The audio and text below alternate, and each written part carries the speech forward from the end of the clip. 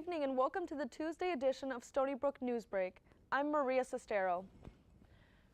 Breaking news just in this afternoon, prosecutors have dropped all charges against actor Jussie Smollett for allegedly staging a racist and homophobic attack.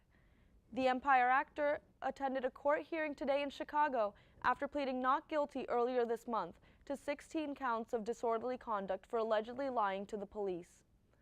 Smollett's lawyer said in a statement that their client was a victim who was vilified and made to appear as a perpetrator as a result of false and inappropriate remarks made to the public, causing an inappropriate rush to judgment. Cook County prosecutors said in a statement that they took Smollett's volunteer service in the community and his agreement to forfeit his bond money to the city of Chicago into consideration when deciding to drop the charges. Some residents of Coram had quite the wake-up call this morning. Firefighters were dispatched to battle an intense fire that broke out at a gated apartment complex.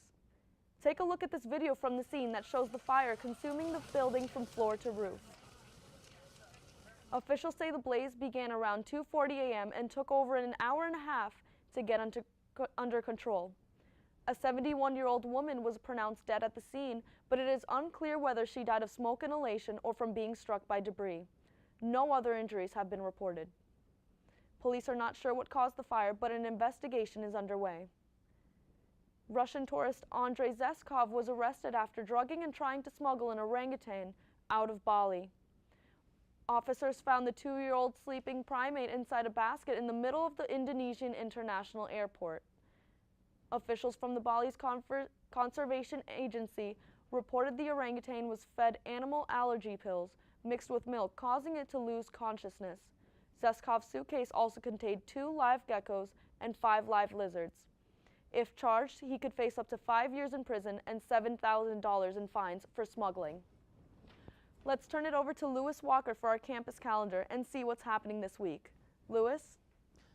Thanks, Maria. Well, Seawolves, it's officially spring, but you may want to stay inside for a little longer because it's still a little too cold to hang out on the Stoller steps. But don't worry, there are plenty of fun indoor activities happening this week. Looking for a little Latin flavor tonight, Students Helping Honduras will be teaching salsa dancing in SAC Ballroom A from 8 to 10 p.m. Go for the dance, and the dip and chips will be provided. Not a dancer, but you still want a cultural experience? Stony Brook University will host an art crawl tomorrow featuring 3 to 4 galleries, including the Studio Through a Surrealistic Lens exhibit and the University Library's special collections. Following the crawl, a reception at the Zucare Gallery in the Stoller Center. Admission is free and will start at 2 p.m. and go until around 3:30 p.m. And you feel like ending the week with a movie, maybe a little drama? Go see If Beale Street Could Talk, written and directed by Barry Jenkins, director and writer of Moonlight. This melodrama tells the story of a woman in 1970s Harlem desperately scrambling to prove her fiancé's innocence of a crime while carrying their first child. The movie will begin at 7 p.m. at the Stoller Center main stage. Tickets are $5 for students and $10 for the general public. Well, that's all the time we have for this week's calendar. Back to you at the desk. Thank you, Lewis. After having already 2 rejected Brexit deals by Prime Minister Theresa May, Health Secretary Matt Hancock says the options are narrowing. The EU withdrawal deal is set to be put to a vote in front of the British House of Commons for a 3rd time this week after being rejected twice. May is under heavy pressure from the British public and from members of her own cabinet. Anti-Brexit protesters took to the streets in London this weekend demanding for a second referendum. Although May has survived 2 non-confidence votes in the past few months, there is speculation over whether she'll resign if no progress is made on the deal. It's heating up in Washington this week as President Trump and Republicans are trying to turn the tables after the release of the Mueller report.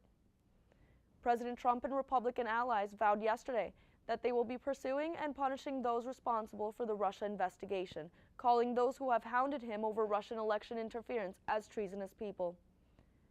Republican Senator of South Carolina Lindsey Graham announced yesterday he would investigate anti-Trump bias at the FBI and Justice Department and called on Attorney General William Barr to appoint a second special counsel to study the same issues. Senator Graham even took to Twitter, sending former FBI Director James Comey an ominous reply saying he could not agree more. See you soon. That is all the time we have for today. I'm Maria Sestero. Join us tomorrow for more updates on the Stony Brook Newsbreak.